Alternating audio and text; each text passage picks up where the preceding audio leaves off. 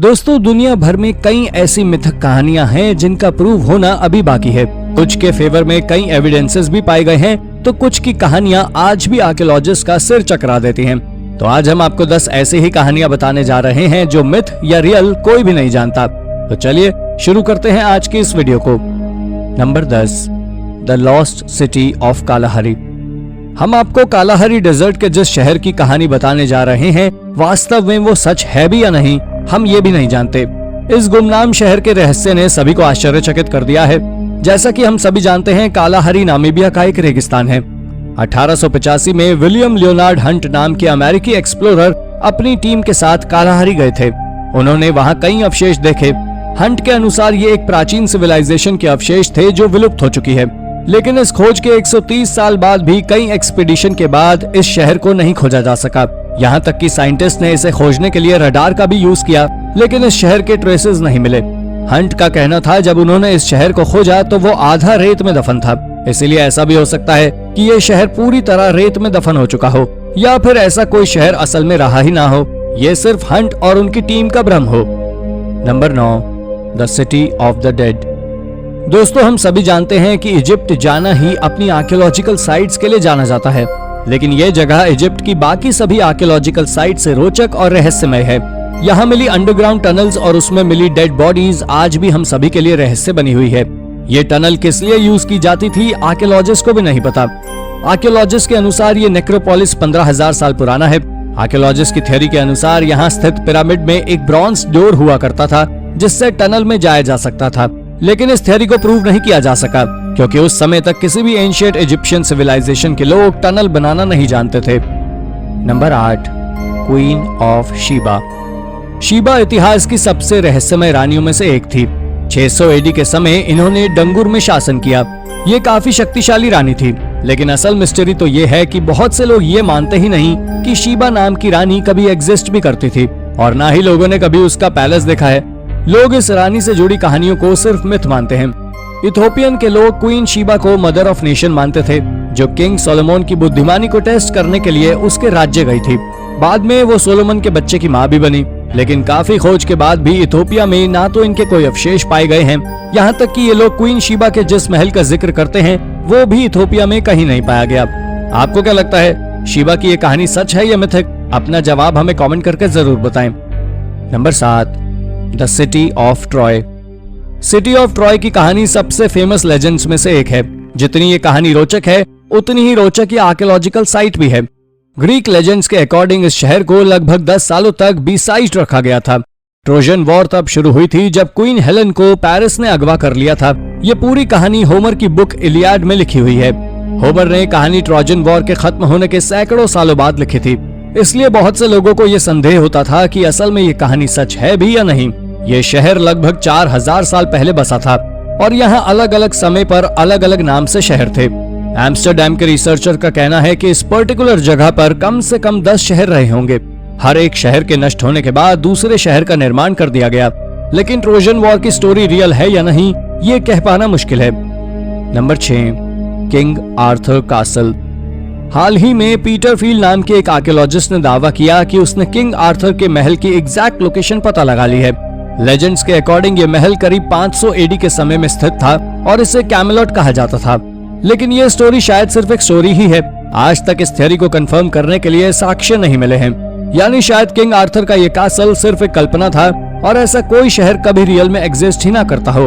आपको क्या लगता है, क्या ये कासल धरती में कहीं दफन हो गया है जिससे हम आज तक ढूंढ नहीं पाए हैं, या फिर सिर्फ एक मिथक? अपना जवाब हमें कमेंट करके जरूर बताएं। Number 5, garden of Eden. Genesis नाम की बुक में गार्डन ऑफ ईडन की तुलना पैराडाइज से की गई है। गार्डन ऑफ ईडन वही जगह है जहां एडम और ईव, दुनिया के पहले पुरुष और महिला ने ट्री ऑफ लाइफ की शुरुआत की थी। आर्कियोलॉजिस्ट के अनुसार चर्च होली सेपल्चर वो जगह है जहां गार्डन ऑफ ईडन स्थित था। ऐसा हो भी सकता है क्योंकि होली सेपल्चर दुनिया का सबसे पवित्र चर्च माना जाता है।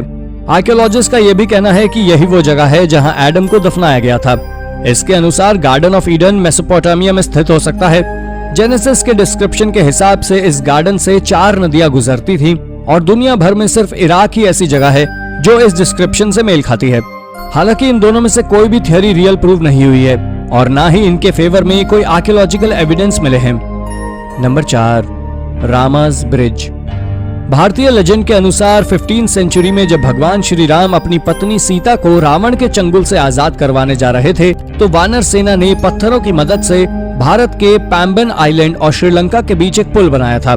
जबकि एक दूसरी कहानी के अनुसार गार्डन ऑफ ईडन से एक्सपेल्ड पहला आदमी सबसे पहले श्रीलंका में ही आया था और इसका नाम एडम था। इस कहानी के अनुसार एडम 27 मीटर लंबा एक जायंट था जिसने भारत पहुंचने के लिए ये ब्रिज बनाया था और इसलिए इस ब्रिज को एडम्स ब्रिज भी कहा जाता है। ऐसा भी कहा जाता है कि इस एरिया की जियोग्राफिकल कंडीशन ही इस तरह की है। इंडिया में धनुषकोडी नाम की जगह इसी क्षेत्र में थी जो तूफान में 1964 में डूब गई। Number 3, oracle of Delphi. Oracle of Delphi को दुनिया का केंद्र माना जाता है। ग्रीक लोग ये मानते हैं कि ज़्यूस ने तो ईगल्स को रिलीज किया था और दोनों पूरी दुनिया का चक्कर लगाकर धरती के ठीक सेंटर पर टकराए थे और ये जगह डेल्फी ही थी। इस जगह का महत्व इतना ज्यादा है कि पूरे ग्रीस के लोग यहाँ से अपने सवालों के जवाब लेने आते थे और इसके बदले उन्हें यहाँ की प्रीस्ट, जो कि ऑरेकल एक महिला थी, उसे कुछ गोल्ड देना होता था। इस प्रीस्ट की सलाह इतनी महत्वपूर्ण होती थी कि उसके कहने पर ही लोग फसल बोना शुरू करते थे। यहाँ तक कि राजा भी युद्ध की शुरुआत उसकी सलाह पर ही करते थे। ग्रीस में ब्रिटिश अधिकार के बाद इस तरह की भविष्यवाणियों को बैन कर दिया, लेकिन ऑरेकल आज भी चर्चा का विषय है। आपको क्या लगता है, भविष्यवाणी संभव है या ये सिर्फ लोगों का भ्रम है? अपना जवाब हमें कमेंट करके जरूर बताएं। Number 2, the lost city of Z. Z नाम का ये शहर दुनिया का सबसे रहस्यमय शहर है जिसके बारे में लोग आज भी नहीं जानते कि ये शहर असल में कभी एग्जिस्ट करता भी था या नहीं। एक्सप्लोरर पर्सी हैरिसन फॉसेट का कहना है ये शहर ब्राजील के घने जंगलों में स्थित है, जो कि आज के समय में मैटो ग्रोसो स्टेट के नाम से जानी जाती है। पर्सी को ब्राजील की नेशनल लाइब्रेरी में एक मैन्यूस्क्रिप्ट 512 नाम का रहस्यमय डॉक्यूमेंट भी मिला। इस डॉक्यूमेंट के अनुसार 1753 में एक स्ट्रेंज शहर खोजा गया था जिसमें कमाल के स्टैचूज और अन्य आर्टिफैक्ट्स थे, लेकिन इस शहर की एग्जैक्ट लोकेशन नहीं दी गई थी। पर्सी ने इस डॉक्यूमेंट को पढ़ने के बाद इस शहर को खोजने के लिए जंगलों में निकल गए, लेकिन ये शहर आज तक नहीं खोजा जा सका और पर्सी का भी कुछ पता नहीं चला। कुछ लोग कहते हैं कि शायद आज भी उस शहर में कुछ लोग रह रहे हैं जिन्होंने पर्सी को मार दिया होगा या फिर किसी अन्य ट्राइब या जंगली जानवरों ने उन पर हमला कर दिया होगा। Number 1, tower of Babel. Tower of Babel भी अपने आप में एक रोमांचक कहानी है। लेजेंड्स के अनुसार इस टावर की ऊंचाई इतनी है कि इस पर चढ़कर आप हेवन तक पहुंच सकते हैं। ये टावर शिनार में रहने वाले लोगों द्वारा बनाया गया था। एक तेज तूफान के बाद आई बाढ़ से बचने के लिए इन लोगों ने इसे बनाया था। ये लोग एकजुट होकर रहते थे और एक ही भाषा का इस्तेमाल करते थे, लेकिन गॉड को उनका इतनी ऊंची इमारत बनाना पसंद नहीं आया जो स्वर्ग तक पहुंच सके। इसीलिए भगवान ने अभिशाप के रूप में उन्हें पूरी दुनिया में अलग अलग जगह फैल जाने का शाप दे दिया और वो अलग अलग भाषाएं भी बोलने लगे। आर्कियोलॉजिस्ट का मानना है कि एटेमिनन की ही टावर ऑफ बेबल है। हालांकि ये आसमान या स्वर्ग तक तो नहीं जाता। अब इस स्टोरी में कितनी सच्चाई है ये तो कोई भी नहीं जानता। तो दोस्तों, ये थी प्राचीन विश्व की 10 ऐसी कहानियां जो मिथ या रियल कोई भी नहीं जानता। इनमें से कौन सी स्टोरी आपको सबसे रोचक लगी? अपना जवाब हमें कमेंट करके जरूर बताएं और ऐसी ही अन्य जानकारियों के लिए हमारे चैनल को सब्सक्राइब करना ना भूलें। धन्यवाद।